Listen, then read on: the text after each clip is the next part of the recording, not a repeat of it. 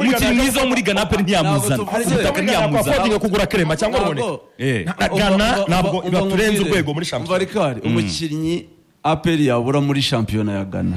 no waba ashakwa na Simba na Yanga n'izindi wabayenyenyeri kabisa sibyo ariko nta kipe yo muri Ghana ifite ubushobozi bwo kugumana umukinnyi APR ishaka cyangwa kumukura muri APR sawa APR yagwa kuri Kaizer Chiefs yataha kuri Kaizer Chiefs APR yava 50 Kaizer Chiefs nubwo imaze igihe Kaizer Chiefs ni kigugu oya ni kigugu seheruka yakoze kimura komeza rikari ni kigugu muri Afrika y'Epfo yasanze APR yagwa kuri Flambeau du Centre Burundi kayitsinda arukugwaho APR yatsinda Flambeau du Centre yayitsinda najye ndabihamije yayinyagira muri round ya mbere komeza round ya APR yagwa kuri Zeski kavamo Zesco United mu Zambia Zesco ni gutya 50-50 ni 80 ya APR kuri 20 kuri 20 Zesco United muri Zambia ni 50-50 iyo bakinye kunyera abahizi ubwo birangiye twemeje ko APR igomba kujya muri CAF Confederation kugira ngo ikomeze ariko yajya barimo za Zamalek ziba zirimo twari ibyo bikombe abari makipe unese kugira amakipe arimo uyu munsi mpamvu ntavuze finale navuze ko kimwe cya kane APR ifite ubushobozi bwo kugera nese kumbwira amakipe ari muri Confederations uyu mwaka harimo amakipe akomeye ubwo rikari ntabwo yavuze arimo ariko nayavuze oya harimo utavuze nese Zamalek ntabwo irimo Zamalek irimo Zamalek izakina Confederation n'uyu munsi rero ntabwo ntekereza ko APR yasezerera Zamalek oya biragoye none se ramutse igeze naho ikavamo itageze mu matsinda kandi njye nabahaye urugero rworoshye rwitwa Singida ngo ni 50 simbona ko APR yatsinda Singida biragoye CAF Confederations Cup ariko hari byarenga irimo Singida rero yobonye ibiri tayari ikipe yitwa Al Ittihad yo muri Libya none se kuki batazanye ngo bagere finale ya CAF bayitsinda biragoye ko APR yatsinda iyo tuvuze APR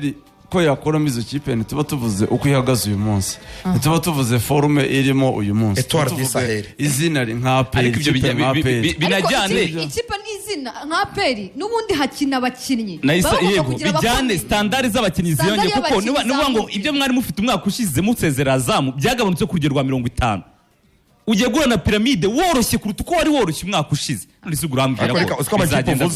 amakipe uvuze uvuze amakipe ari gukina round ya mbere ariko ntawe yeze uvuga nimwe iri exempted hoya navuze round ya mbere giyewe none se ndi mu matsinda reka ibyo bitekerezo bya Karenzi genda bifite se n'amatsinda uri mu umwe na Karenzi hoya werigeze kimwe cya kane wowe uri muri round ngende muri round ya mbere akomeye muri round ya mbere amakipe ari exempted Rolenzo tubwira exempted twigiye muri hahita hazamo azaza Mareke na Al Masry yo mu Misiri kunyura cyo matsinda ayo ugomba kuya facing ugomba gufacinga Wydad ugomba gufacinga USA Marije ugomba gufacinga Belouizdad urumva Karenza wo nanze kwemubwira namubwiye round ya mbere nk'iyi turimo kuri pyramide turacyafite urugendo niyo mpamvu navuze amatsinda no kuyarenga yarayarenze my friend yari itandukanye yarushaga APR abakinnyi ifite abanyamupira basobanutse yagiye 2019 afite abanyamupira 2018 iyo gari aya marushanwa asaba gufunga details zose ntabwo ushobora kumanuka Zimbabwe iyo ya 2018 yagiye mu matsinda uyigari akakanya ntabwo yajya mu matsinda amakipe yiri yubatse arakomeye nyine amakipe yagiye yubaka twe ayaca gasigara ayaca yasiwe inyuma mu gihe amakipe menshi yo akoraga aracyanasigara umwaka ushize ni urugero rworoye reba APR ko rimeze umwaka ushize ureba APR ko isijya ku isoko y'umwaka ni igipimo kimwe ureba ibitega kwitwa kuri pyramide uzabijyanye n'ibyo yateye umwaka ushize uzahita ureba itandukaniro oya bazakina kipe gatatu wayimenyereye reka mbibutse ko tuba turi kumwe na Airtel iyo mubonye na studio yacu mubona ko na mabara y'umutuku